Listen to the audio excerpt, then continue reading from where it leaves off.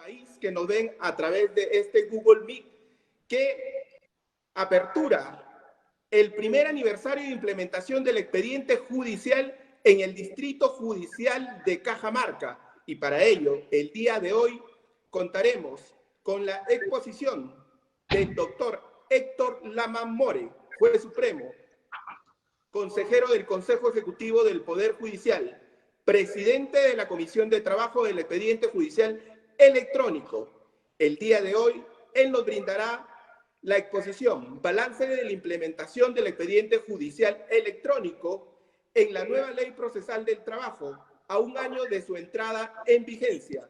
Para ello, voy a invitar a la señora presidenta de la Corte Superior de Justicia de Cajamarca para las palabras de apertura de este evento, la señora Edith Irma Alvarado Palacios. Muchas gracias, Juan Carlos. Buenas tardes a todos y todas los que estamos conectados por este sistema, en muy especial al doctor Héctor Lamamore, quien ha aceptado participar en esta serie de conferencias con motivo de celebrar hoy un año de la implementación del expediente judicial electrónico en el área laboral en Cajamarca.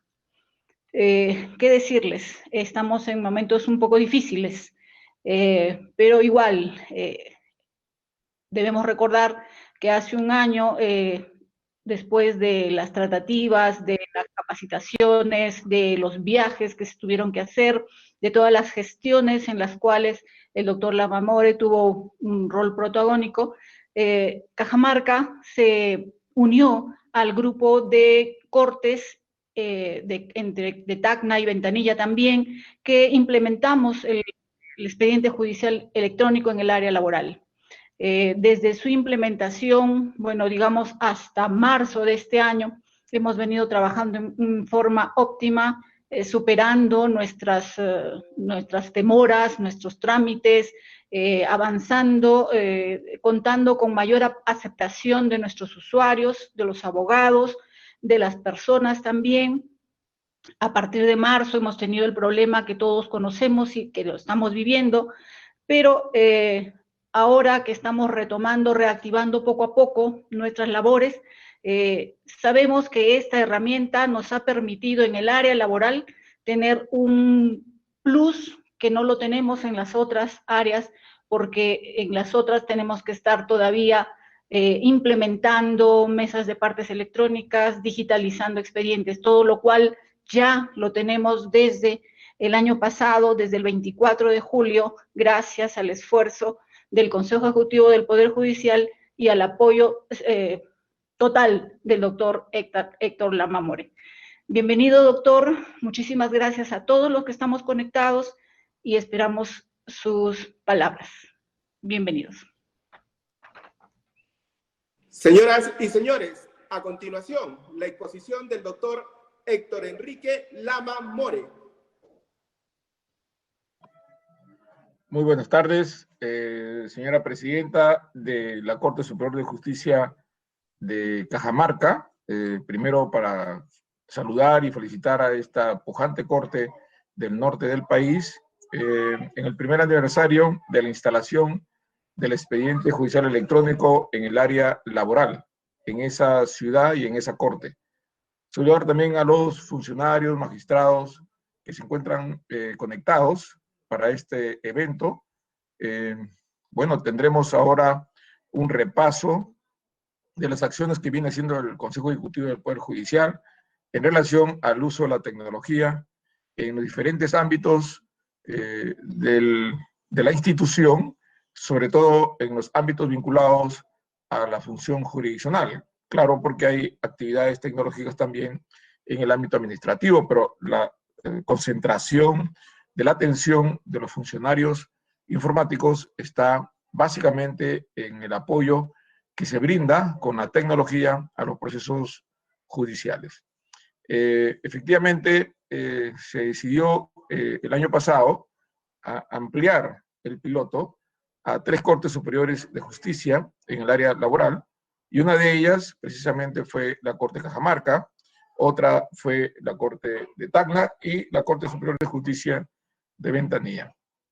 Bueno, hoy día vamos a hacer algunas referencias sobre las ventajas y bondades que ha traído a la Corte Superior de Justicia de Cajamarca la presencia del expediente judicial electrónico, que Cajamarca dio muestras al país que la sala laboral de esta Corte mantuvo vigente su actividad jurisdiccional con audiencias virtuales y la conectividad que la propia dinámica del proceso electrónico permite. En Lima, el expediente electrónico fue el elemento central que permitió que continuaran funcionando los órganos jurisdiccionales de comercial, laboral, contencioso administrativo, tributario y de mercado, tal cual como venían funcionando los órganos de emergencia. Quiere decir que en Lima estuvieron funcionando dos áreas básicamente durante este periodo de aislamiento total.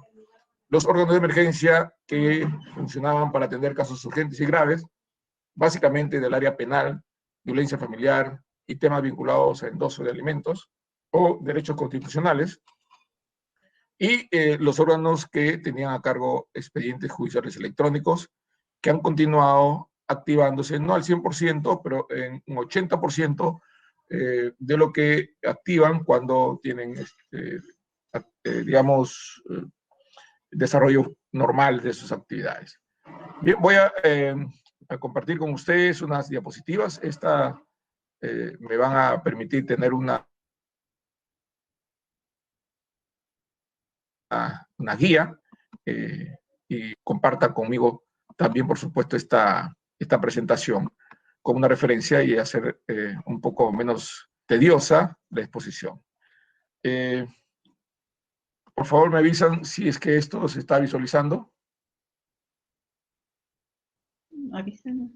¿Sí? ¿Se ve? Sí, ¿O no? se ve. Sí se ve. ¿Se ve? Ah, correcto. Correcto, gracias. Bien, entonces vamos a guiarnos por estas diapositivas. Vamos a hacer un breve balance de la implementación del expediente electrónico en Cajamarca, pero previamente vamos a hacer algunos comentarios institucionales. Voy a poner en presentación completa y tendremos cubierta la pantalla de la diapositiva.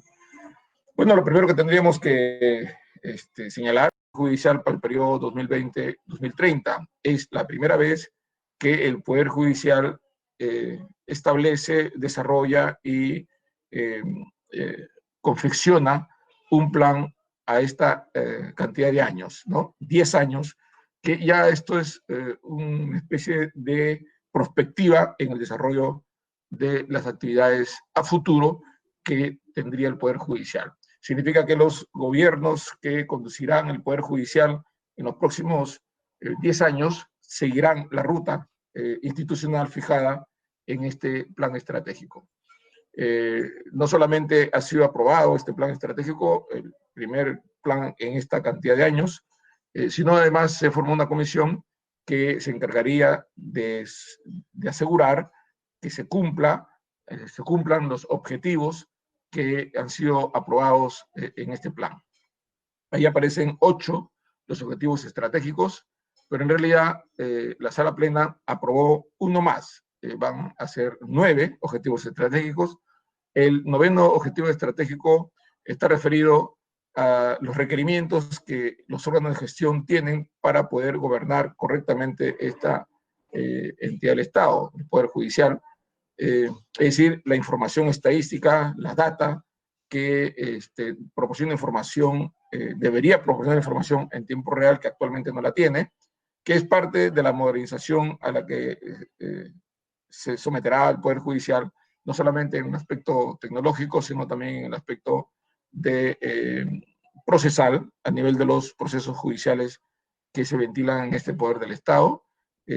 Una mayor claridad en el tema de la independencia, autonomía, en la lucha contra la corrupción, en la celeridad y transparencia de los procesos judiciales, en el acceso a la población hacia este poder del Estado.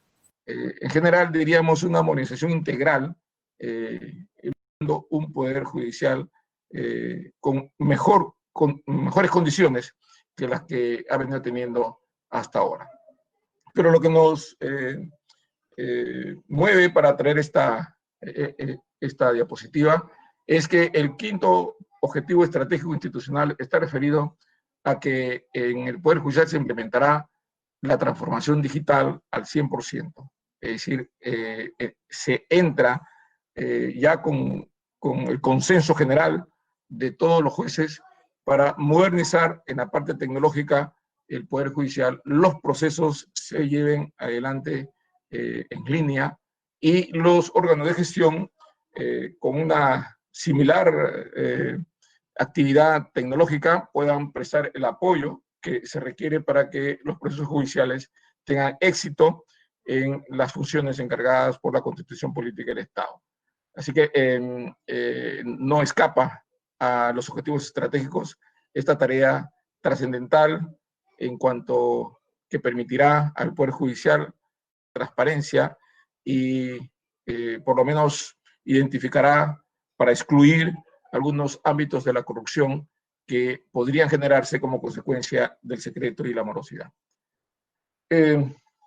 Seguridad jurídica, se entiende, es la que proporcionan los órganos jurisdiccionales cuando resuelven un conflicto. Si dos o más personas tienen un conflicto jurídico, el Poder Judicial es el encargado, por mandato constitucional, a dirimir las controversias y declarar el derecho a quien corresponda.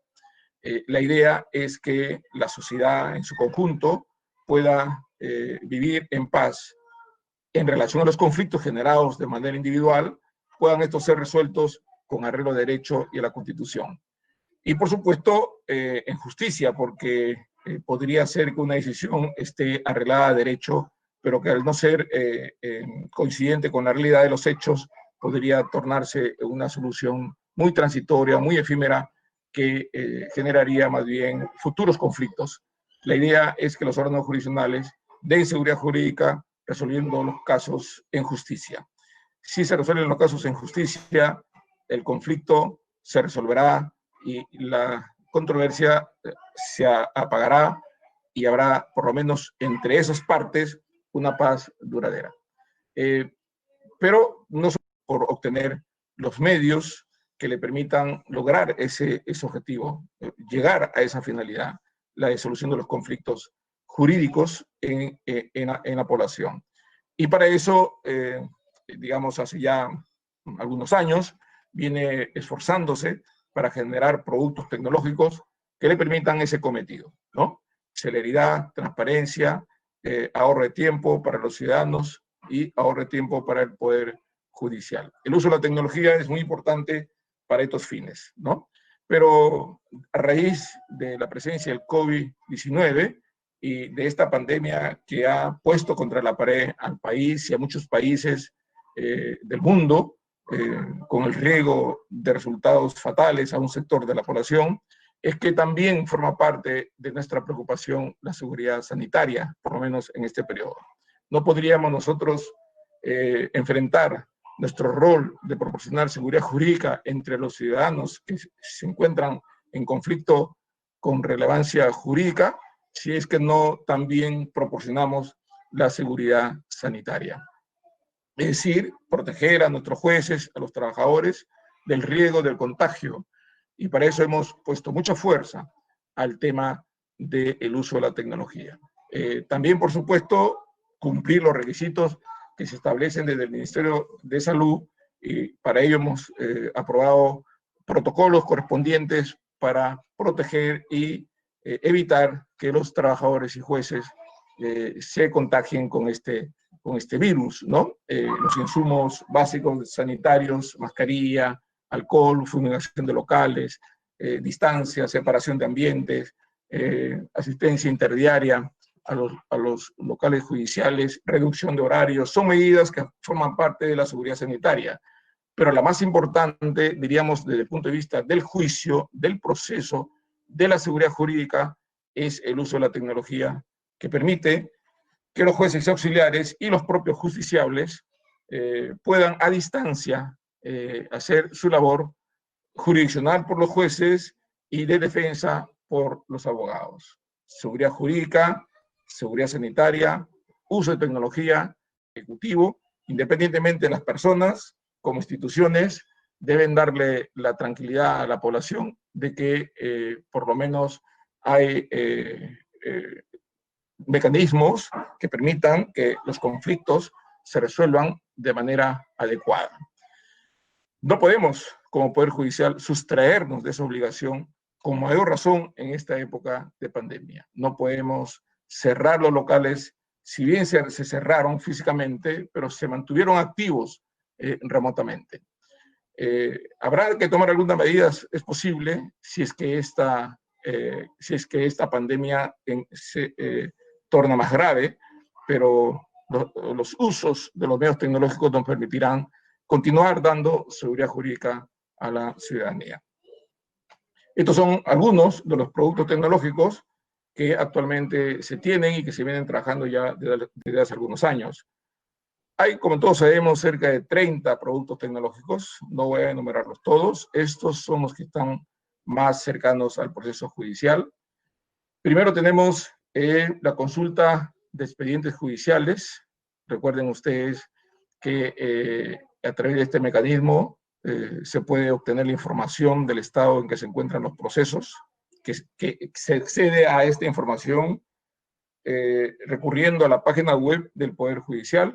Ustedes ponen en Google Poder Judicial del Perú y sale la pantalla, la página principal, en la página web del Poder Judicial. En el lado izquierdo hay una serie de links y el link que dice consulta expedientes judiciales, ponen el número del expediente y aparece la historia del expediente, ¿no?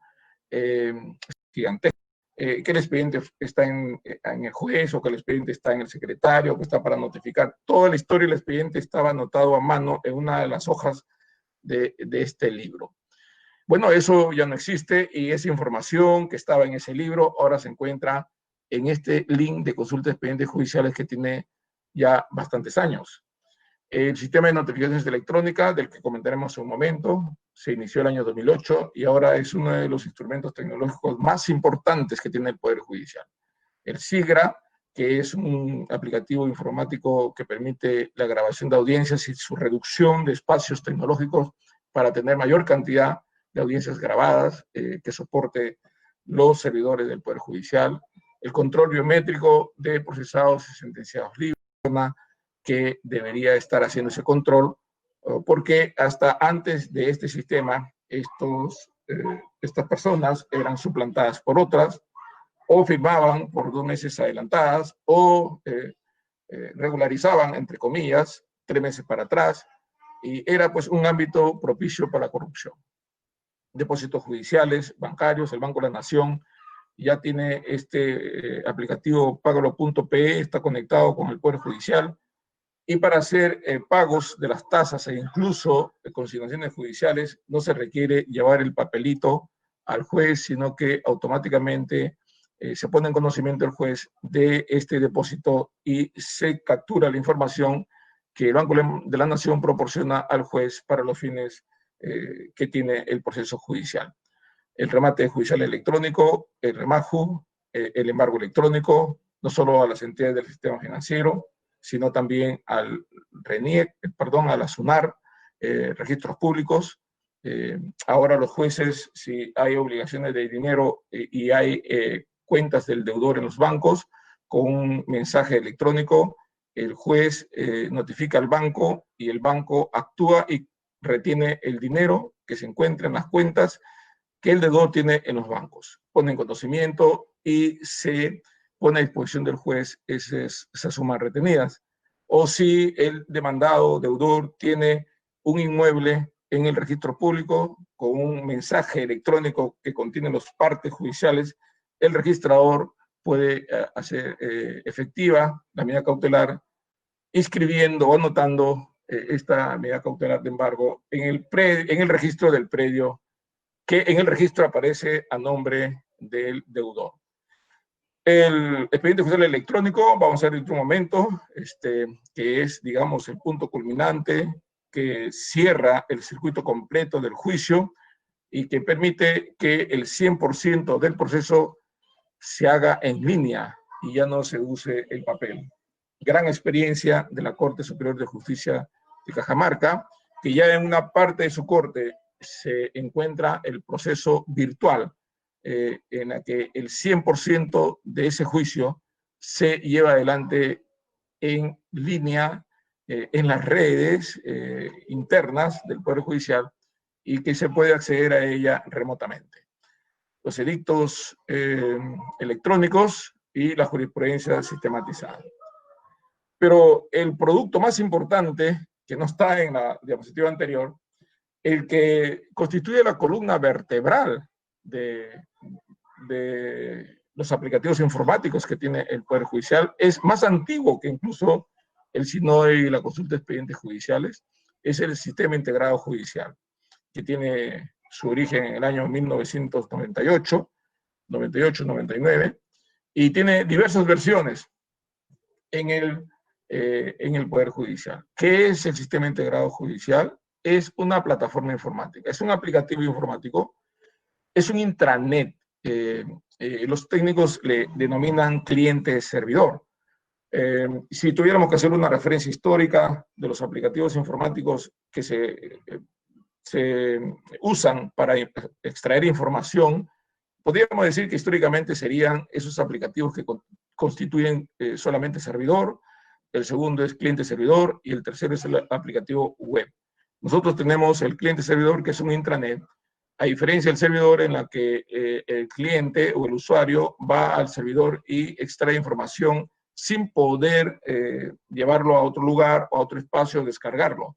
En el caso del cliente-servidor, el usuario accede al servidor, es decir, a la fuente informática, extrae información y la puede descargar o llevarla hacia otro lugar y trabajarla.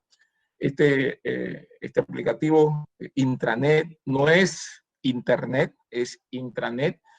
Se conecta solamente con los equipos que pertenecen al Poder Judicial. Porque estos equipos que pertenecen al Poder Judicial tienen instalados en su sistema, en los sistemas del equipo, la posibilidad de acceso hacia este sistema integrado judicial. Si el equipo no pertenece al Poder Judicial, no puede tener acceso a la fuente de información que tiene el sistema integrado judicial. Por eso es intranet. Si alguien quiere hacer uso de un equipo que no pertenece al Poder Judicial, llegar al sistema integrado judicial, tiene que ponérsele un vínculo privado, que nosotros le conocemos como VPN, ¿no? Que en realidad es una red privada virtual. Es decir, el juez en su domicilio tiene una computadora que no pertenece al Poder Judicial, pero quiere conectarse para que desde su domicilio vea el sistema integrado judicial y la información que en ella contiene. Tendrá que instalarse en su computadora este aplicativo para poder conectarse. Sin ese aplicativo no podría conectarse nunca. Se han instalado cerca de 13.000 VPNs, jueces, auxiliares, funcionarios del Poder Judicial tienen instalados VPNs para poder trabajar remotamente desde sus domicilios y acceder a la información que tiene el SIC en estos momentos. ¿Y qué cosa tiene el SIC como información? Todos y cada uno de los actos procesales que se registran en el proceso judicial desde que empieza hasta que se archiva. Cada acto procesal se incorpora al sistema integrado judicial.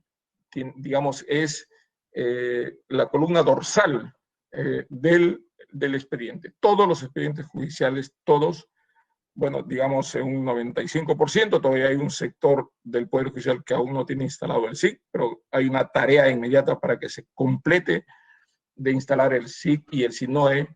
Quedan pocos juzgados en algunas cortes que no tienen SIC, pero el 95% tienen SIC, Sistema Integrado Judicial. Y ahí se registran los actos procesales de todos y cada uno de los expedientes que se tramitan en el Poder Judicial.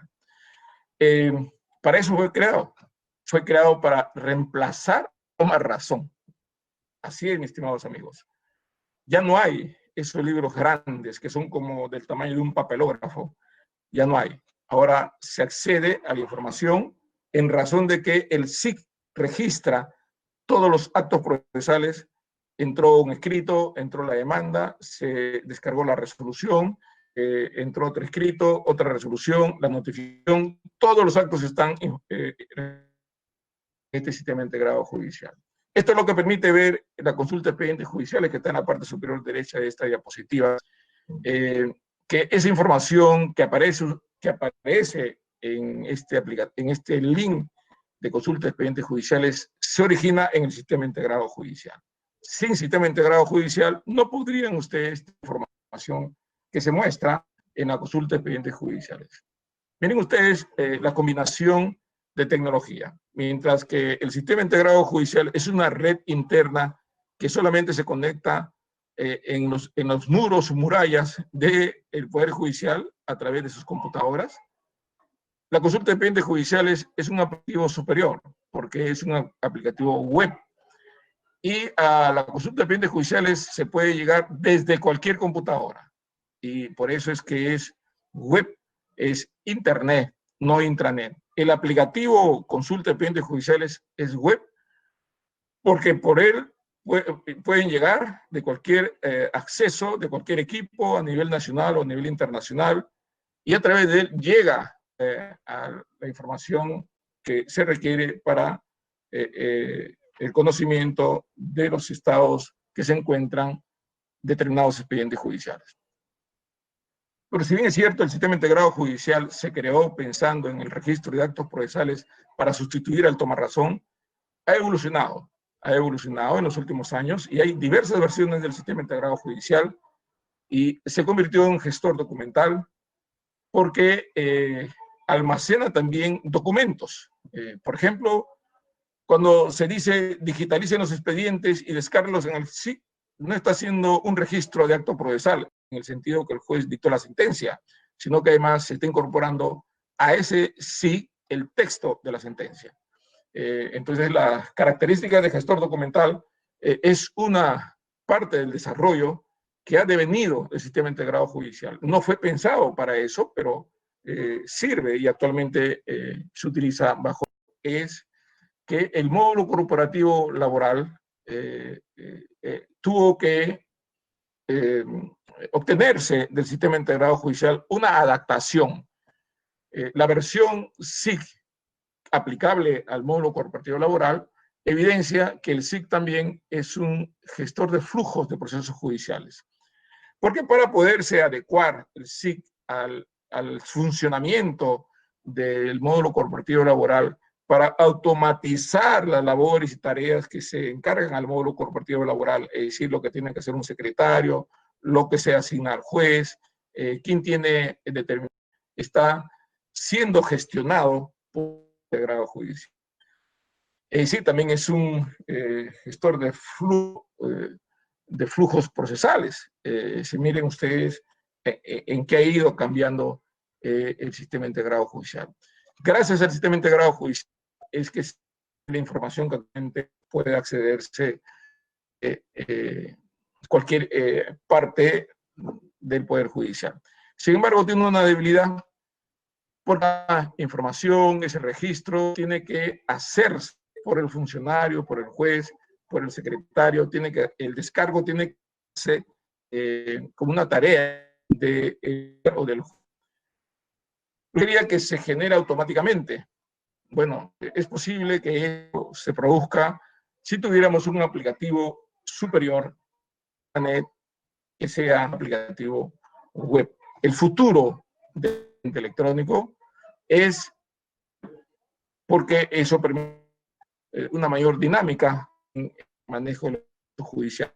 Ya no está fijado en un solo equipo, sino que puede verse de diferentes equipos. Y además requerirá, por supuesto, de una mayor seguridad informática, ¿no? Digamos, hay requerimientos de un mayor cuidado, mayor protección de la información que se va a almacenar o la que va a circular en nuestros servidores. El expediente electrónico se inició el año 2017, tienen ustedes ahí la ruta. Se conforma en enero del 2017 la comisión, luego se acuerda qué áreas de la Corte de Lima iban a implementarse, se definió que era el área comercial, luego se agregó el área laboral. Específicamente, el 31 de julio del 2017 se inició en el área comercial.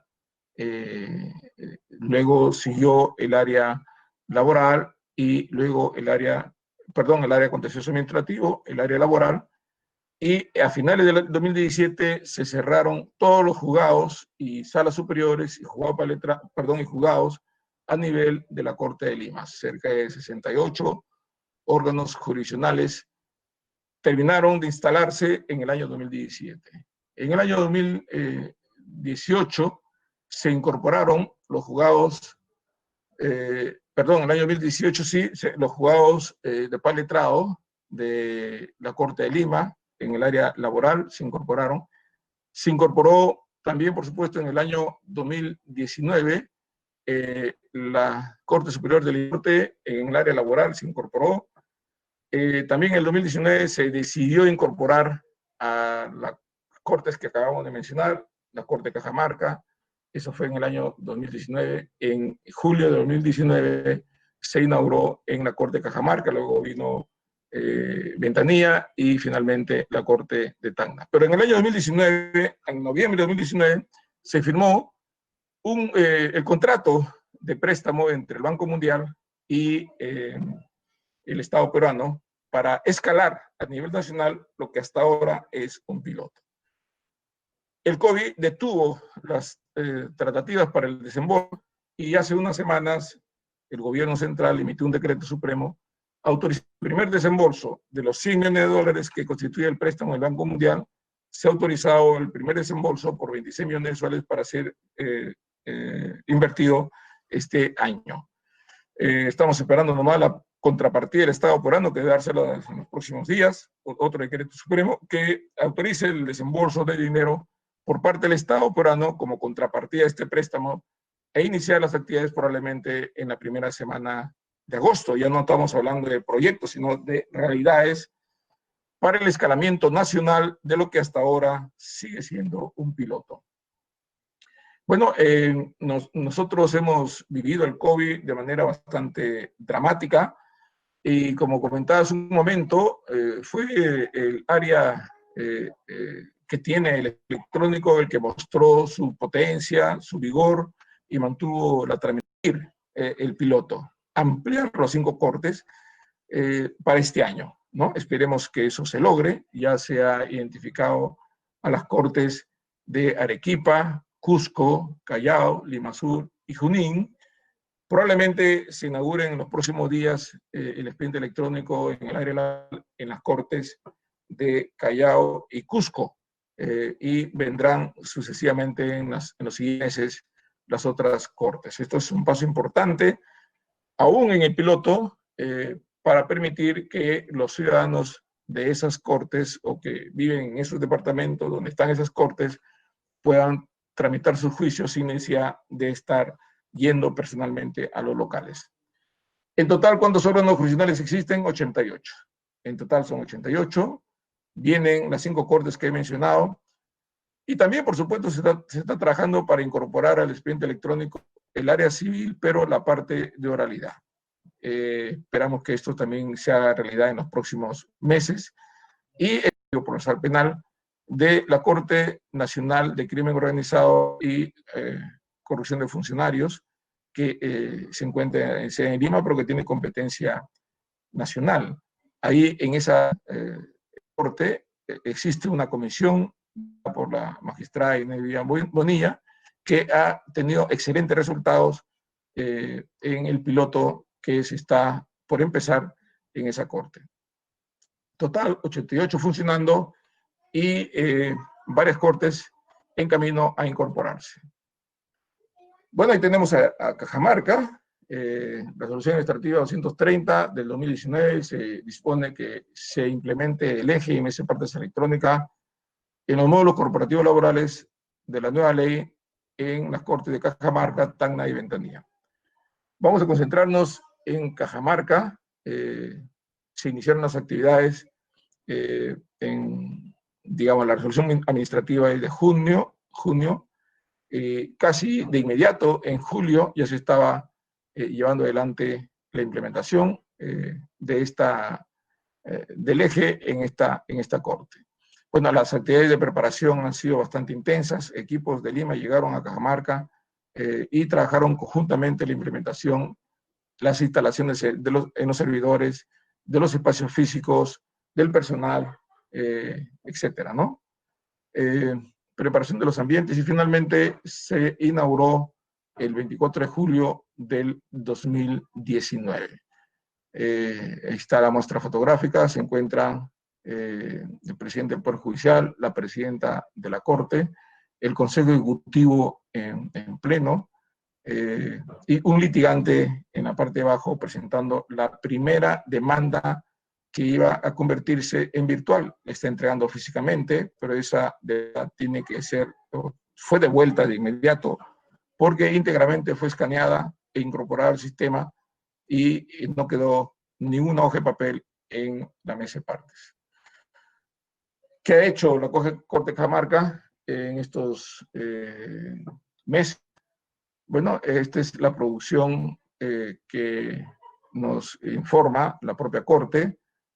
Desde el 24 de julio, fecha en que se inició el expediente electrónico, se produjo, los juzgados de Cajamarca efectuaron audiencias, 282 audiencias, que llegaron hasta el 13 de marzo. 8 de ellas se han producido en el aislamiento. Lo de color naranja es durante el aislamiento, desde el 16 de marzo hasta el 17 de julio. 25 audiencias en los juzgados para letrados. Y miren ustedes, y esto es un asunto de resaltar,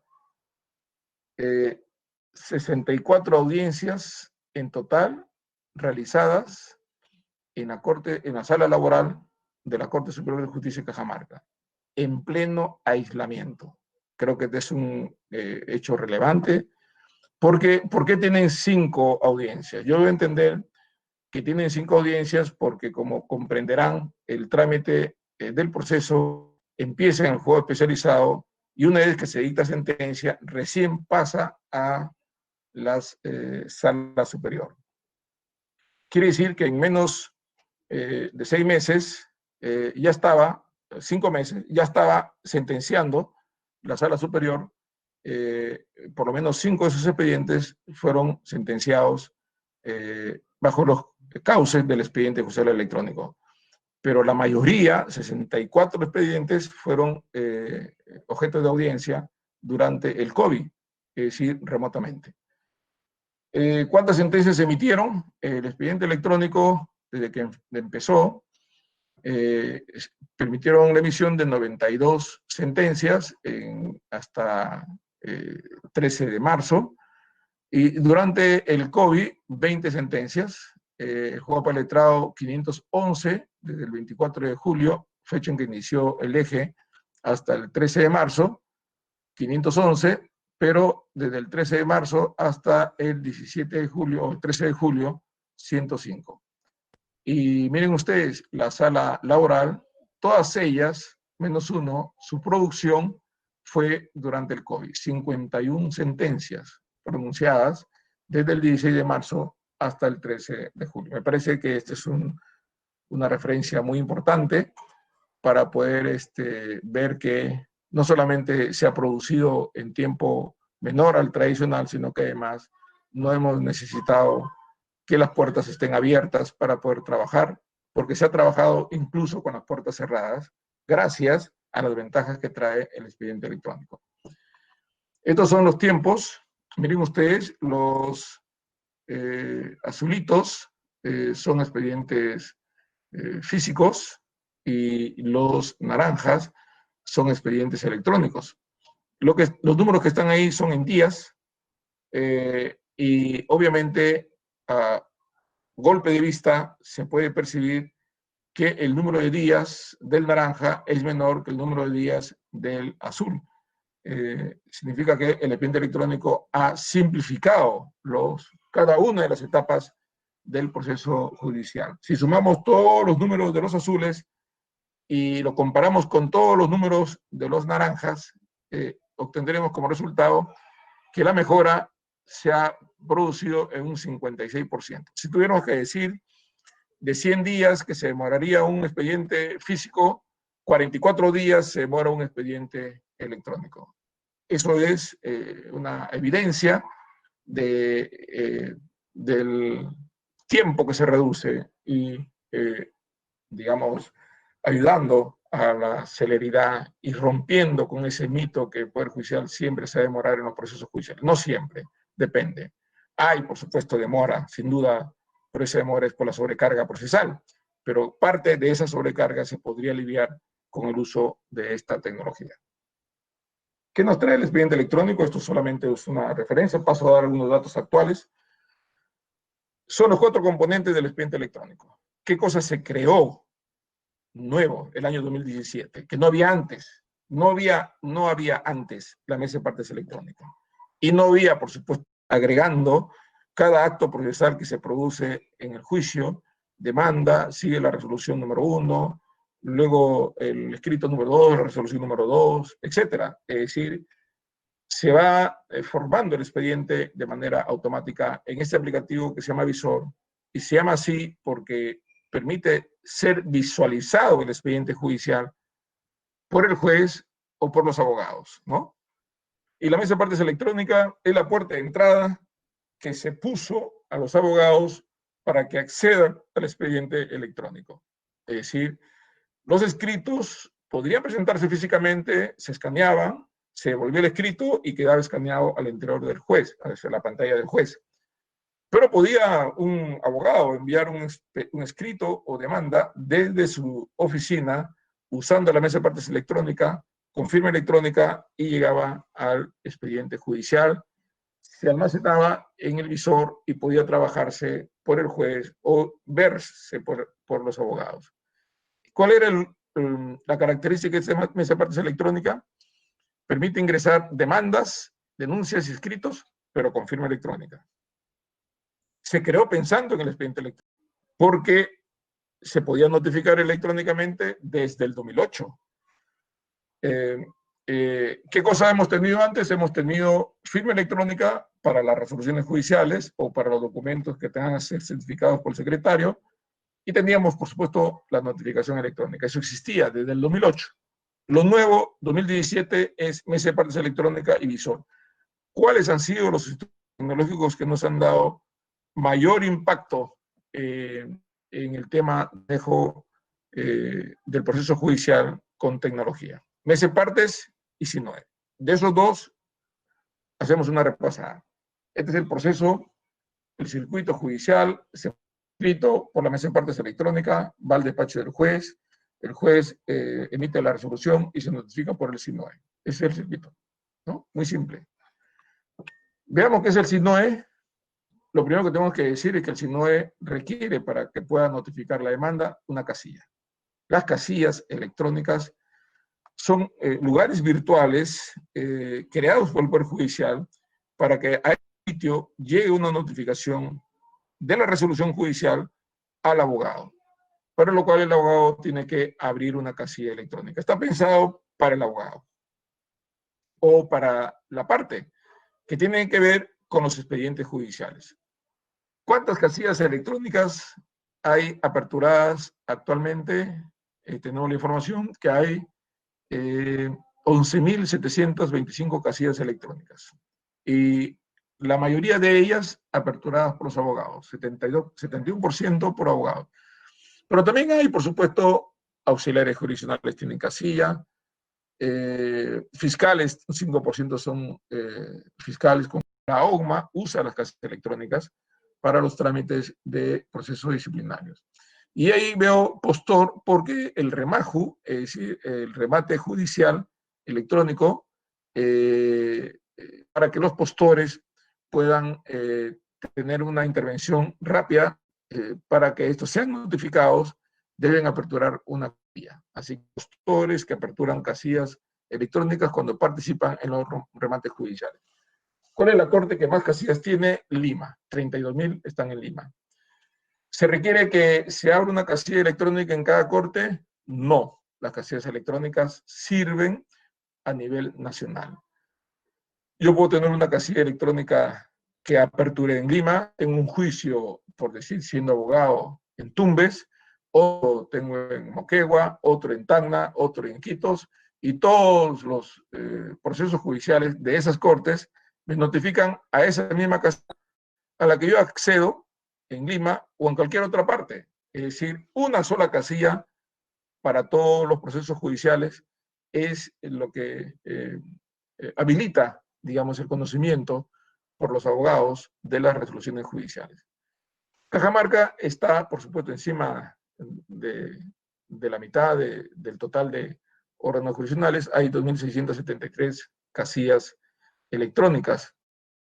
Esto, digamos, refleja el número de abogados que tienen causas patrocinando en el Poder Judicial, por lo menos en la Corte de Cajamarca. Pero no quiere decir que porque no se abrió la casilla en Cajamarca, no puede ser notificado el abogado que tiene un juicio en Cajamarca, porque podría ser que la casilla es de Lima, apertura en Lima, y tiene un juicio en Cajamarca y se ha notificado en la casilla que tiene apertura en Lima. Digamos que esta referencia del número de casillas por corte es porque ahí se aperturaron, en esas cortes se aperturaron, pero para el uso indistinto de cualquier corte. Si no, bueno, a esa casilla llega la resolución judicial. Las notificaciones electrónicas llegan a la casilla. Las notificaciones electrónicas se han hecho durante la existencia de el SINOE, 48 millones de notificaciones. 48 millones. ¿Dónde, en qué periodo de tiempo se han producido el mayor número de estas? Se han producido a partir del año 2016. 2015, 2016, 2014, recuerden, se modifica la ley orgánica del Poder Judicial y establece la obligatoriedad de las casillas electrónicas. El 2016, la exigencia. El año pasado, en 2019, se produjeron 15 millones de notificaciones electrónicas. 15 millones es un número mayor del número de notificaciones físicas. Todavía tenemos 13 millones de notificaciones físicas, pero 15 millones son el número total de notificaciones electrónicas. En Cajamarca también ha ido en ascenso, miren ustedes el cuadrito que está al lado derecho, de un número bastante bajo de notificaciones. Desde 2016 ha crecido de 45.000 notificaciones a 473.000 notificaciones electrónicas. Y el COVID no ha detenido, miren ustedes, no ha detenido porque aún cuando han estado paralizados muchos órganos jurisdiccionales, se han estado haciendo notificaciones durante el periodo de aislamiento. Hay 114.000 notificaciones electrónicas realizadas en esto que va del año, de los cuales 4 meses son de aislamiento, ¿no? La mesa de partes electrónicas es el otro componente, como decíamos, están en el mismo lugar, miren ustedes, SINOE y mesa de partes electrónica. ¿En qué lugar están? En el lugar de las casillas. O sea, la casilla electrónica se encuentra ubicado para recibir notificaciones con el SINOE y para ingresar escritos a través de la mesa de partes electrónica. La clave, entonces, para el uso de la notificación electrónica y para el uso de la mesa de partes electrónica es la casilla electrónica. Si no tienes casilla electrónica, no te va a llegar notificaciones del juez y tampoco vas a poder ingresar escritos o demandas según los requerimientos que tenga cada justiciable.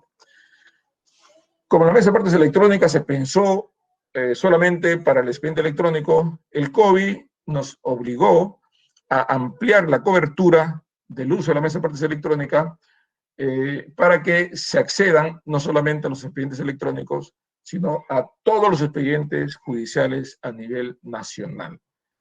Esto fue una mirada bastante fuerte, digamos, fue una medida o decisión bastante fuerte y una mirada estratégica importante.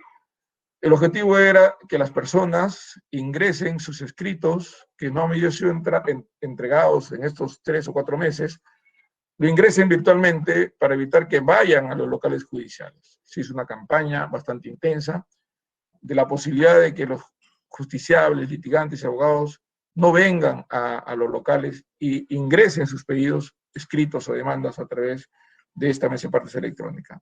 Se rediseñó la mesa de partes electrónica y se abrió informáticamente para que pueda entrar por ella los escritos a los expedientes físicos, también a los electrónicos, pero a los físicos también.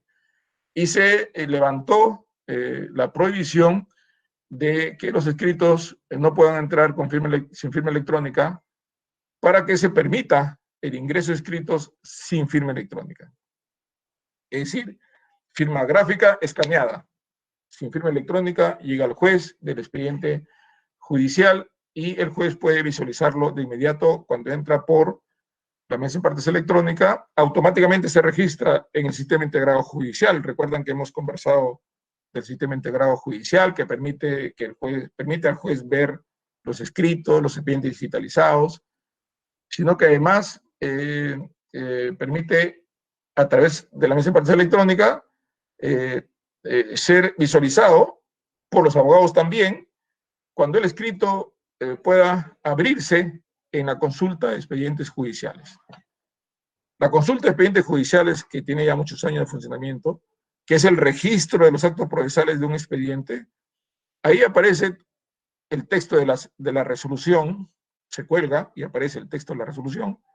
En adelante también van a poder ver el texto de los escritos, porque siendo que los escritos están ingresando por la mesa de partes electrónica y su registro es automático, el sistema integrado judicial lo captura y lo puede mostrar a través de la consulta de expedientes judiciales. Entonces, la consulta de expedientes judiciales tendrá información, no tiene dinámica procesal, tiene registro de información de la demanda, texto de la demanda, de la resolución, texto de la resolución, y de la notificación electrónica, donde se puede establecer si se entregó, no se entregó, en qué tiempo se entregó, si se frustró la entrega de cédula o la notificación en casilla, etc.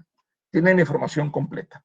Es una ventaja que se obtiene del uso de la mesa de partes electrónica en los procesos que no son expedientes electrónicos. En estas 4 líneas encontrarán ustedes la exigencia que se da para los casos en los que ingresen escritos o demandas sin firma electrónica.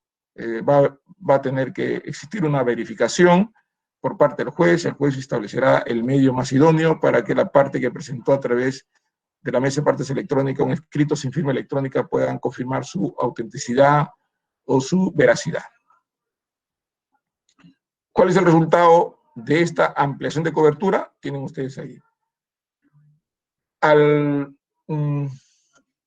18 de julio, o sea, recuerden que el día 17 se levantó la suspensión y ya empiezan a correr los plazos procesales desde el 17 de julio. Nosotros pensábamos que si no utilizábamos esta herramienta íbamos a tener multitudes de personas litigantes en los locales queriendo presentar sus escritos o sus demandas que no habían sido presentados durante 4 meses casi. Los abogados capturaron la información y, por supuesto, el riesgo del contagio también obligó a que se actualicen en cuanto al uso de la mesa de partes electrónica y se registraron al 18 de julio a nivel nacional 144.825 escritos y demandas a expedientes que no son eje. 144.825 escritos y demandas que no son eje, que no son expedientes electrónicos. 20.000 escritos y demandas a los expedientes, perdón, solo escritos, porque las demandas están acá al lado derecho, solo escritos al eje 20.000, demandas no eje 6.000 y demandas eje 1.874.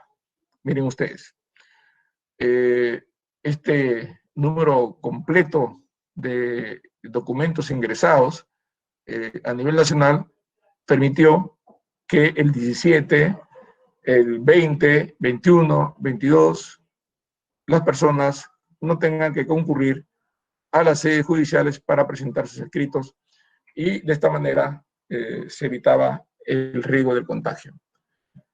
¿En qué cortes ha habido más uso de esta mesa de partes electrónica? Sin duda en Lima, que es una corte que casi tiene el 30% de la carga nacional. Ahí nomás han ingresado 56.460 escritos y demandas. Estamos hablando al 18 de julio, hace poco, hasta el sábado pasado. 56.000. En segundo lugar se encuentra Lambayeque con más de 11.000. Lima Este. Cajamarca tiene 2.598 escritos ingresados o demandas ingresadas en la mesa de partes electrónicas. Supongo que eso ha aliviado la presencia de personas en los locales para evitar que sea ambiente propicio al contagio. ¿Qué pasa si por alguna razón tecnológica, económica, cultural, que las personas no se familiarizan mucho con la tecnología, le es imposible acceder a una computadora, porque obviamente las situaciones económicas a nivel nacional son diversas, hay mucha escasez de recursos económicos, lo que hace una brecha económica y digital. Se dijo, si no puedes presentar la demanda electrónicamente, puedes sacar una cita en un aplicativo que también se ha creado en el Poder Judicial, muy simple, solo tienes que poner el número de tu DNI y señalar si es un escrito o es una demanda, ¿no? Punto. Con eso te señalan día y hora para presentar el escrito. ¿Por qué te señalan día y hora? Para evitar que vayan al mismo tiempo a la mesa de partes muchas personas y se programan para que vayan cada 5 minutos, de manera tal que la presentación sea ordenada, se evite el contagio de los propios litigantes y se produzca una contaminación o un escalamiento de contagio en proporciones mayores. Con esto entran y presentan su escrito. Puede ser cualquier persona, no tiene que ser la parte. Me comentaban que como hay un límite de edad, dice aquí, tienen que ser adultos, no pueden ser adultos mayores de 65, en realidad 60 años tiene el aplicativo, debería decir 65, debería ser 65. Si tienes 65 años, no puedes presentar el escrito por razones de seguridad sanitaria. Pero si el abogado y la parte son mayores de 65 años, ¿quién presenta el escrito? Cualquiera. Basta que tenga DNI. Cualquiera puede presentar el escrito. No se requiere que sea parte ni abogado, es el presentante simplemente. Así que no hay ninguna limitación para eso más que le da por razones de seguridad sanitaria.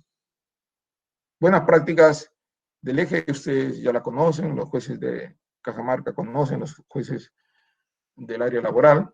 Se digitaliza la demanda automáticamente cuando ésta es presentada físicamente a la mesa de partes, porque podría ser presentada directamente por la mesa de partes con firma electrónica, pero si se presentara, Cajamarca es una corte que tiene sectores de la población con recursos económicos escasos, no hay problema, con los documentos en papel lo presentan a la mesa de partes, lo escanea, se devuelve el papel y se ingresa al sistema completamente virtual. Las resoluciones judiciales son electrónicas totalmente, los abogados tienen casilla y tienen que ser notificados ahí. Se forma el expediente progresivamente a través del visor. La notificación electrónica arroja transparencia y celeridad, es rápido, señalada la casilla, ahí se notificará la resolución judicial. El estudio de los autos, de los procesos, se puede hacer virtualmente. Y también, por supuesto, la elaboración de la sentencia, el juez puede hacerla desde su domicilio si es que puede ver el expediente en su pantalla, ¿no? ¿Qué beneficios para los jueces, las partes, los litigantes? Acceso a la justicia es una forma bastante idónea para acceder a los procesos judiciales. Pueden presentar escritos las 24 horas del día, los 7 días de la semana, los 365 días del año. No hay un horario preestablecido. Cualquier momento que pueda ser presentado, la mesa de partes está abierta todos los días, a cualquier hora. Celeridad. El expediente electrónico elimina tiempos muertos que se detectan en el desplazamiento físico de los documentos. El expediente solo puede ser visto por quien lo tiene al frente. Una sola persona que tiene el expediente es el único que puede ver el expediente. En el expediente electrónico puede ser visto por varias personas al mismo tiempo, porque mientras esté en la red puede ser visualizado por quien tenga interés, al mismo tiempo, simultáneamente. Hay ecoeficiencia, se elimina el uso del papel en gran parte, lucha contra la corrupción porque, decíamos, desaparece el secretismo y desaparece la morosidad, por lo menos se reduce, y hay transparencia porque el abogado puede hacer un seguimiento a su expediente desde el momento en que el escrito suyo entra, se registra, igual el expediente de la contraria entra, se registra y puede hacer el seguimiento de su juicio remotamente. La modernidad no solamente es tecnología, el uso de la tecnología nos trae modernidad, pero también los medios procesales que acompañan a los litigantes y a los jueces en la tramitación de los procesos. Creemos que la oralidad es una forma contemporánea de mucha utilidad en determinados procesos. Ya se usa en el proceso penal, se usa en el proceso laboral y se está usando ya en el proceso civil. Sin duda que la oralidad es un buen medio, es un buen método de comunicación para la solución de conflictos donde hay actividad probatoria. Si hay actividad probatoria, documental, testimonial, o de declaraciones, pericial, inspecciones, actividad probatoria porque la controversia se sustenta en hechos que deben ser trasladados al juez para su probanza, ahí la comunicación oral es clave. ¿Todos los juicios deben tener trámite oral? No todos los juicios. Por ejemplo, el juicio constitucional no tiene por qué ser oral, porque la prueba es documental y no tiene que haber una actuación especial para conseguir la certeza por el juez. Ahí puede ser escrito. Algunos juicios, la mayoría, digo yo, de los juicios ejecutivos no necesitan audiencia.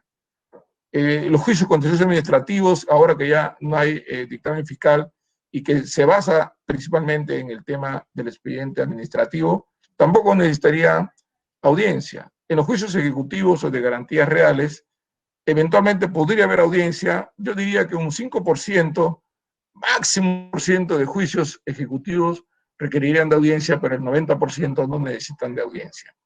Igual sucede con los contenciosos administrativos. Un 5 o 10% máximo podrían requerir de audiencia, pero el resto son prueba documental que puede actuarse o decidirse sin necesidad de convocar a las partes. Pero sí es muy útil la dialéctica de la comunicación oral en tiempo real y presentes en un solo lugar, que es la audiencia, ante el juez puede obtener ahí información valiosa que le permite tomar decisiones rápidamente y de manera eficiente. Además que la oralidad permite la concentración de actos procesales y evita que el juicio se demore innecesariamente. Si a ese método de oralidad le agregamos tecnología, se repotencia, por supuesto, la eficacia y la eficiencia del proceso judicial. Y esto deriva en el famoso despacho corporativo que surge por el método de la oralidad, en la medida que el juez es el que va a decidir la mayor parte de las decisiones en las audiencias. Se delega menos. Cuando el proceso es escrito, el juez delega más. Digamos que hay una reducción casi de un 70% de actividad jurisdiccional que ya no delega y que la lleva adelante en su propio despacho con las audiencias respectivas. Y como ya no derecho, entonces los auxiliares jurisdiccionales no tienen por qué trabajar para un juez, sino que pueden trabajar para varios jueces y pueden desarrollar actividades diversas en función al, digamos, a los estadios procesales que tiene el expediente. Todos estos trabajadores, especialistas, secretarios de audiencia, notificadores, que son apoyo a la función jurisdiccional, están a cargo de un administrador. La separación de funciones del administrador y el juez no es otra cosa que la consecuencia de la dinámica que tiene el proceso con la oralidad. Juez, dedícate a tu labor jurisdiccional, concéntrate en preparar tu audiencia, estate presente en la audiencia y ahí, concentrado, decide lo que tenga que decidirse incidentalmente o en pronunciamientos sobre el fondo y redacta tus sentencias y resoluciones. No tienes por qué distraer tu atención en actividades de tipo administrativas, que para eso hay un profesional en temas de gestión administrativa quien se encargará de esa labor. Este diseño del despacho corporativo es parte de la modernidad. Es decir, si queremos un expediente judicial electrónico con más eficiencia y tienes un proceso judicial donde los hechos que van a traer las partes requieren de actividad probatoria, la oralidad es la ruta. Tenemos que recurrir a la escritura, tenemos que renegar de la escritura, tenemos que decir que la escritura es mala. No. La escritura y la oralidad son métodos de comunicación. La escritura es importante. Sin escritura no pudiéramos haber tenido las referencias históricas de la humanidad. Pero algo que tiene la escritura y que se le negó históricamente a la oralidad, ahora se ha superado. La escritura es un método de comunicación que se perenniza en el tiempo. La oralidad hasta hace unos años no se perennizaba en el tiempo, pero con el registro de audio y video, la oralidad le ha quitado la exclusividad de la escritura en cuanto a la perención en el tiempo. Los diálogos, las comunicaciones orales también perennizan en el tiempo, a través del registro de audio y video. Ya no se requiere el acta. Si hay registro, no necesitas acta. ¿Qué mejor prueba del contenido de estos debates que lo que tú puedas ver directamente en la actuación personal de las partes? Y a esto acompañamos la tecnología en el módulo corporativo laboral, el sistema integrado judicial adecuado al flujograma que hay en el corporativo, da una mayor potencialidad de transparencia y celeridad y de soluciones más justas, porque el juez aprehende, o sea, toma de las partes una información valiosa cuando el debate se hace ante él. Termino finalmente señalando que lo que viene en el futuro es el escalamiento nacional del expediente electrónico. Ahí tenemos la firma del contrato de préstamo. Funcionarios del Banco Mundial con la ministra de Economía firmaron el contrato, presentes el presidente de la República, el presidente del Poder Judicial, la ministra de Justicia, en una ceremonia oficial en el Palacio de Gobierno en noviembre del año pasado. En los próximos 5 años tendremos actividades intensas de construcción de este aplicativo informático, probablemente sea antes, no 5 años, pueden ser 3, 4 años, que tengamos ya implementado en el 80% de los órganos jurisdiccionales del Perú el expediente electrónico. ¿Y por qué no el 100%? Porque el Perú tiene aún segmentos de su población que aún no llega la conectividad y que, por supuesto, el Poder Judicial tendría que extender hacia ellos el camino del trámite físico o llevarle a ellos la posibilidad de uso de la tecnología puesto de nuestra parte hacia ellos para incorporarlos progresivamente a este nuevo mundo, que es el mundo de la informática, de las comunicaciones y de la tecnología. Esta Comisión Nacional de Gestión e Innovación Tecnológica del Perú, del Poder Judicial, creada por el Consejo Ejecutivo, es el que va a conducir el proceso de transformación tecnológica del Poder Judicial en los próximos años. ¿Qué va a requerir de esto? Va a requerirse una reforma del soporte de la gestión administrativa, es decir, va a tener que cambiarse el diseño actual de las gerencias. Hay que rediseñar la gestión administrativa del Poder Judicial porque el diseño que actualmente tiene es completamente obsoleto. Se implementan nuevas tecnologías en los expedientes judiciales, que es el eje, pero ya no con la tecnología SIG, abandonaremos el SIG, iremos a web, para que el eje se instale con el SIG tienen que ir los equipos técnicos, informáticos, y se instalan físicamente en las cortes, y ahí se instalan en los equipos los aplicativos del eje. Pero si fuera web, se podría haber hecho de manera remota, porque por la vía web se pueden construir los aplicativos sin mayor dificultad. La modernización tecnológica implica también cambio de tecnología hacia nuevos aplicativos, nuevos usos que permiten una mayor eficiencia del uso de la tecnología. Y la reorganización de despachos judiciales, bueno, si el expediente es electrónico al 100%, imagínense ustedes un juzgado con expediente electrónico al 100%, ya no tienen archivos, probablemente tampoco tengan o tengan muy reducido el área de notificaciones, secretario y juez despachan virtualmente. ¿Significa acaso que va esto a producir un despido de personas? No, el Poder Judicial no va a despedir a nadie como consecuencia del expediente electrónico, porque la carga procesal no se va a reducir y probablemente se incrementarán uno que otro órgano jurisdiccional, por el volumen de carga procesal se mantendrá o de repente crecerá, en cuyo caso se necesitarán de recurso humano. Lo que va a tener que hacer el Poder Judicial es una reingeniería laboral para poder dotar de conocimientos a los auxiliares o el personal que tenía funciones físicas y que ahora va a tener funciones de apoyo a los jueces para aliviar la carga procesal, que continuará, y tengo la seguridad de que se incrementará, porque si la justicia se moderniza, se hace más ágil, es probable que la demanda oculta se presente y pueda esta ser objeto de incremento de la carga procesal. Somos conscientes que todos estos avances, esta modernidad, supone que solo tienen el 5%, 9%, Amazonas tiene 8%, hay una brecha digital bastante grande, es producto de la difícil situación económica que tiene nuestro país. Las diferencias económicas de nuestro país traen diferencias en el uso de la tecnología, pero como hemos dicho y reconocido, el COVID no solamente ha puesto sobre la mesa la necesidad de conectividad para trabajos remotos, sino también para enseñanza remota. El Estado peruano tiene pensado invertir 600 millones de soles para llevar equipos hacia el interior del país para hacer la educación sea virtual, para que sea virtual. En este momento las universidades dictan clases de manera virtual.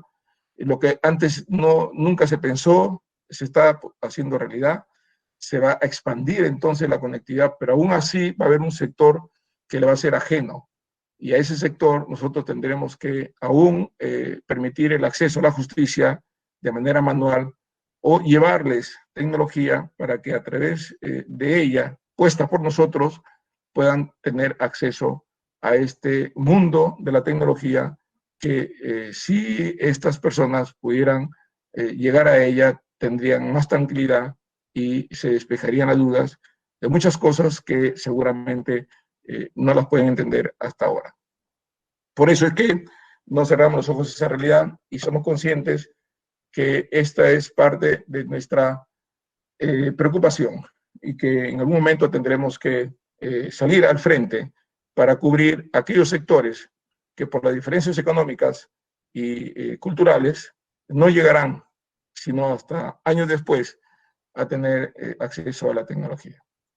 Muy bien, muchas gracias.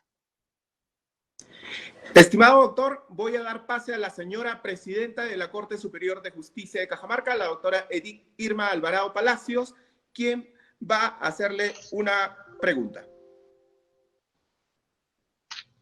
Bueno, en primer lugar, para agradecer al doctor Lama More, quien en su exposición clara, didáctica, precisa, exhaustiva, nos ha permitido no solamente ver los detalles, las ventajas y a veces y hasta las debilidades del expediente judicial electrónico, no solo en Cajamarca, sino a nivel nacional, sino también nos ha acercado a toda la tecnología que está al servicio de los usuarios del Poder Judicial y que es tan importante en este momento de esta crisis sanitaria que estamos viviendo todos, porque nos está obligando a que la mayoría de nuestros magistrados y de nuestros trabajadores tenga que realizar trabajo remoto desde sus casas, y no solo en materias que ya están encaminadas por el eje, sino en todas las materias. De tal suerte que esta exposición del doctor vamos a transmitirla nuevamente a nuestros usuarios para que tengan conocimiento de todas estas ventajas que ha puesto a disposición el Poder Judicial para que en esta época y bueno, después también podamos acceder al Poder Judicial mediante estas nuevas tecnologías. Voy a transmitirle una pregunta que también tiene un agradecimiento de parte de la doctora Fernanda Bazán, que es presidenta de la Sala Laboral de Cajamarca, que dice que toda su sala, obviamente, y ella están muy complacidas por las palabras de felicitación que he tenido hacia ella, y le pregunta si es que en los expedientes laborales de la antigua ley que todavía están en trámite y en forma física, la sala puede emitir sus sentencias con firma digital, y si esto no es ningún inconveniente. Esa es la pregunta que le transmito, agradeciendo nuevamente al doctor Lamamore por su excelente participación y exposición. Gracias. Gracias, doctor Edith, por sus palabras. También yo debo hacer notar ante los asistentes y público que está conectado de la excelente labor de su gestión en esta corte, y los resultados saltan a la vista porque transmite a los colegas ese entusiasmo, esa actitud de no dejarse, digamos, amedrentar por las difíciles situaciones en que nos encontramos en estos momentos.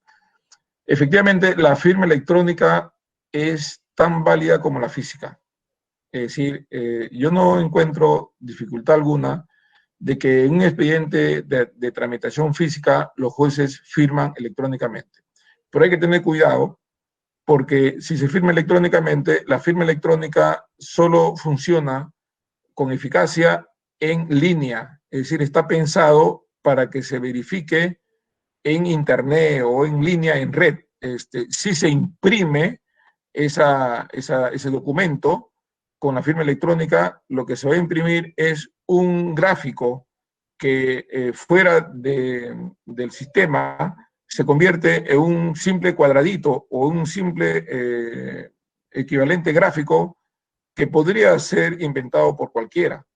Entonces, si finalmente se emite la sentencia con firma electrónica de los jueces, cuando se imprima para agregarse al expediente judicial, el secretario deberá certificar que ese documento se ha tomado del sistema donde se ha verificado la autenticidad de las firmas electrónicas de los magistrados que suscriben ese documento. Es muy importante la constancia que haga el secretario, que dé fe de que ese documento se extrajo del sistema y que además el secretario verificó que las firmas electrónicas en el sistema correspondían a las personas que ahí dicen haber firmado. Con ese pequeño detalle creo que no habría ningún problema, porque el expediente, siendo físico, tendrá que imprimirse la sentencia y tendrá que agregarse al expediente físico. Ahí es donde tiene que intervenir la certificación del secretario. Doctor, la siguiente pregunta. La efectivización de las sentencias laborales no son eficaces si no se materializan en los pagos de los beneficios económicos. Pregunta. ¿Ya se están gestionando los trámites con el Banco de la Nación para agilizar este tipo de procedimiento y evitar el mínimo contacto entre trabajadores y litigantes? Sí, hay un aplicativo informático del Banco de la Nación que se llama Págalo.p, y el Poder Judicial tiene conectado con el Banco de la Nación, digamos, el depósito de los pagos por tasas, y tengo entendido también para los depósitos judiciales. Si una persona que ha sido demandada y en ejecución de sentencia tiene que pagar una suma de dinero, esta suma de dinero podría ser depositada judicialmente ante el Banco de la Nación, si es que no es pagada personalmente, por supuesto, al interesado, o si el interesado no le proporciona al empleador o al demandado, digamos, una cuenta donde deposite el dinero, porque a veces simplemente quieren ponerlo a disposición del juez. Entonces, para ponerlo a disposición del juez tiene que consignarlo en el Banco de la Nación y precisamente el depósito puede hacerse electrónicamente, incluso con tarjetas electrónicas, con tarjetas de crédito o con tarjetas de débito. Y tengo entendido, esto con cargo a confirmarse, que no necesitan ser titulares de alguna cuenta en el Banco de la Nación, sino que esto es un depósito que se pone en conocimiento del Poder Judicial en línea, y el Poder Judicial podría también autorizar el pago a determinada persona, que equivale al endoso en ese certificado físico de papel que antes se hacía o que se hace hasta ahora. De tal manera que el interesado podría ir al Banco de la Nación con su DNI y cobrar directamente, como cuando a uno le envían un giro en un banco y va con el DNI y se identifica y le pagan el monto de dinero que está girado a su nombre. Esa ruta es la que se encuentra prevista. Yo supongo que eso ya está implementado en algunas cortes, no sé si en Cajamarca, pero a eso se apunta con este sistema del Banco de la Nación, Págalo.pe. Doctor, pregunta. ¿Los expedientes laborales bajo la nueva Ley Procesal del Trabajo físicos serán digitalizados para evitar el contacto con los expedientes físicos, ya que puede ser un foco infeccioso entre los trabajadores judiciales y los litigantes? Sí, bueno, comentábamos en algún momento que existen 140.000 expedientes electrónicos. O sea, no sé cuántos hay hasta ahora en Cajamarca. Ese dato no lo tengo, pero sí puedo decir que a nivel nacional hay 140.000 expedientes electrónicos, que es un número interesante, ¿eh? No es cualquier número. Hay 140.000 expedientes en los que no hay papel, que están en trámite, algunos están en apelación, otros están en la Corte Suprema, en casación, electrónicos, ¿eh?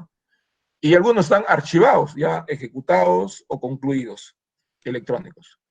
Muy bien, pero 140.000, 144.000 o 150.000 no es nada para 4 millones de expedientes que están en giro en el Poder Judicial, de los cuales 1.800.000 son en trámite y cerca de 2 millones están un poco más en ejecución. Entonces, ¿qué porcentaje es del total de expedientes físicos contra los expedientes electrónicos? Son casi 4 millones de expedientes. No pongamos los 4 millones de expedientes, pongámosle pues los que se mueven, digamos, los que están permanentemente en giro. ¿Cuántos serían? 1,5 millones, 2 millones de expedientes contra 140.000. Significa que la digitalización de todos esos expedientes será una tarea bastante grande. Lo que sí tenemos que tener cuidado es que cuando se trabaja el expediente físico hay que tomar las medidas de seguridad sanitaria para evitar precisamente lo que usted menciona, que es el riesgo del contagio. Las cortes, en todo lo que puedan digitalizar, se digitalizará. Pero el COVID nos ha encontrado una situación en la que no estábamos preparados para digitalizar todos los expedientes, ni informáticamente, ni con recursos humanos. Pero eso no indica que no podamos digitalizar. Digitalizaremos todo lo que podamos digitalizar. Empezaremos con los expedientes que están para sentenciar. Aquellos expedientes que están para emitir pronunciamiento se digitalizan para que el juez pueda resolverlos desde su casa o pueda resolverlos sin necesidad de tocar el expediente, o se digitalizarán para ser elevados a la Corte Suprema, que también es un tema que está pendiente de cristalizarse. Es decir, el aplicativo que habilita el expediente digitalizado para que suba a la Corte Suprema sin necesidad de llevarse el expediente físico. Es una tarea la digitalización. Esperemos que logremos digitalizar la mayor cantidad de expedientes. Pero la ventaja del área laboral en otras cortes es que aún siendo el expediente físico, se ha estado digitalizando las piezas de esos procesos judiciales. Entonces, gran número de piezas procesales de los procesos laborales ya venían digitalizándose antes de que empiece el COVID, y eso es una ventaja, por lo menos en los procesos laborales. Ya se está digitalizando en los procesos civiles que entran a la oralidad, se están digitalizando. Los contenciosos administrativos se han estado digitalizando por el tema de la notificación electrónica, que exige que los expedientes, que las piezas por ser estén digitalizadas. Entonces, ya se ha avanzado algo, pero creo yo que aún es una tarea grande y hay que poner el esfuerzo para que esta digitalización sea progresiva. Y quiero aclarar algo, el que un expediente físico se digitalice no lo convierte en expediente electrónico. Simplemente lo que está haciéndose es un espejo del expediente físico para que pueda ser visualizado por el juez y los auxiliares y puedan ser trabajados remotamente. Pregunta, ¿es válido lo que argumentan los abogados en cuanto a que no se dan por notificados porque no abrieron su casilla electrónica? Bueno, legalmente están obligados a poner casilla electrónica. Si no ponen casilla electrónica o no se apersonan, o apersonándose no señalan casilla electrónica, debería de darse por notificados, pero sí es obligación notificar la rebeldía, si es que hubiera rebeldía, y la sentencia físicamente, ¿no? Incluso la ley da a entender que debería notificarse físicamente, aun cuando tengan casilla electrónica, lo cual me parece un sinsentido, pero así está la ley orgánica del Poder Judicial. Frente a ello, el Poder Judicial ha dicho que todas las resoluciones judiciales, sin excepción, deben ser notificados electrónicamente, sin excepción, sin perjuicio de que luego se notifique bajo la forma que la ley establece. Sin excepción, electrónicamente. Por ejemplo, en materia laboral se notifica en estrado. ¿Qué significa notificar en estrado? Que el litigante vaya a la audiencia y ahí le entregan físicamente a la mano la notificación. En época de COVID, eso es un riesgo alto. Así que, si ya tiene la notificación electrónica notificada en su casilla, yo demandado que pierdo o estoy perdiendo, lo pensaría 2 veces ir al local al juzgado para que me notifiquen algo que yo ya sé, ya de una vez apelo. Entonces eso abrevia el trámite del proceso. En el sentido de la pregunta, ¿qué pasa si un abogado se apersona o una parte se apersona y no señala casilla electrónica? El juez está obligado a declararle inadmisible. Y mientras no haga casilla electrónica, no se proveerá ese escrito. Probablemente quede en rebeldía. Y si queda en rebeldía, le notificarán por cédula la rebeldía. Y le notificarán por cédula la sentencia. Pero igual, no le van a notificar el resto de las resoluciones. ¿En algún momento en todas las áreas se implementará el eje? Sí, los próximos 2 o 3 años todas las áreas tendrán eje, pero el eje con la nueva tecnología que traerá la inversión proveniente del Banco Mundial y del Estado peruano. Lo que tenemos ahora es el eje sobre la base del sistema integrado judicial que ha demostrado también eficiencia, con sus limitaciones, pero ha demostrado eficiencia. ¿Cuáles son las ventajas y desventajas del expediente electrónico desde el punto de vista del abogado? Yo diría que tendría más ventajas que desventajas. Las ventajas para el abogado es que él puede enviar escritos, demandas y escritos desde su oficina sin necesidad de desplazarse a los despachos judiciales. Esa es una ventaja. Otra ventaja, que él puede enviar los escritos a cualquier hora, cualquier día. Supongamos que él esté en el 3er día que vence para apelar un auto, o en el 5.º día para apelar una sentencia, y se le vence, por decir, hoy viernes 24, se le vence el plazo para apelar, y no llegó a tiempo a la mesa de parte física para entregar el escrito. Se cerró a las 4:45 de ese día, 24. Si fuera que no usa la computadora y no usa la mesa de partes electrónica, ya se le venció el plazo. Pero la mesa de partes electrónica le permite que ese mismo día pueda presentar ese escrito hasta las 11:59 de la noche. Entonces significa que tiene ventajas. ¿Qué desventajas traería al abogado? Bueno, la desventaja sería que si no está sintonizado con la tecnología, si tiene limitaciones económicas, si hay temas culturales, ¿no? O si hay analfabetismo digital, entonces ahí tendrá que hacer uso de las vías físicas para conectarse, ¿no? Igual, el Poder Judicial, aun cuando el expediente es electrónico, siempre ofrecerá la mesa de parte física como acceso a los escritos que se presenten físicamente, y ya el Poder Judicial se encarga de digitalizarlos y devolverles escritos, ¿no?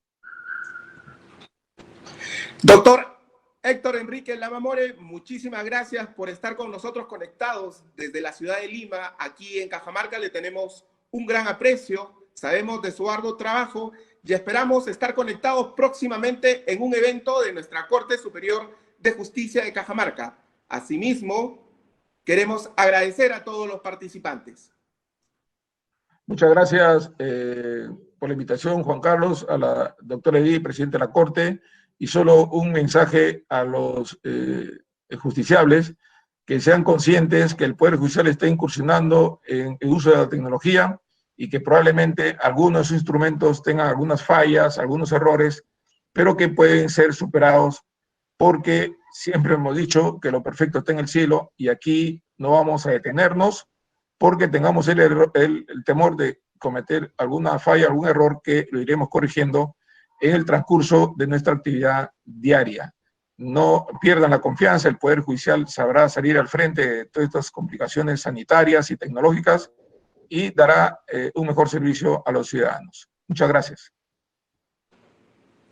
Muchas gracias a todo el público que nos sigue a través del Google Meet, y a nombre de la Corte de Cajamarca los esperamos en otro evento académico.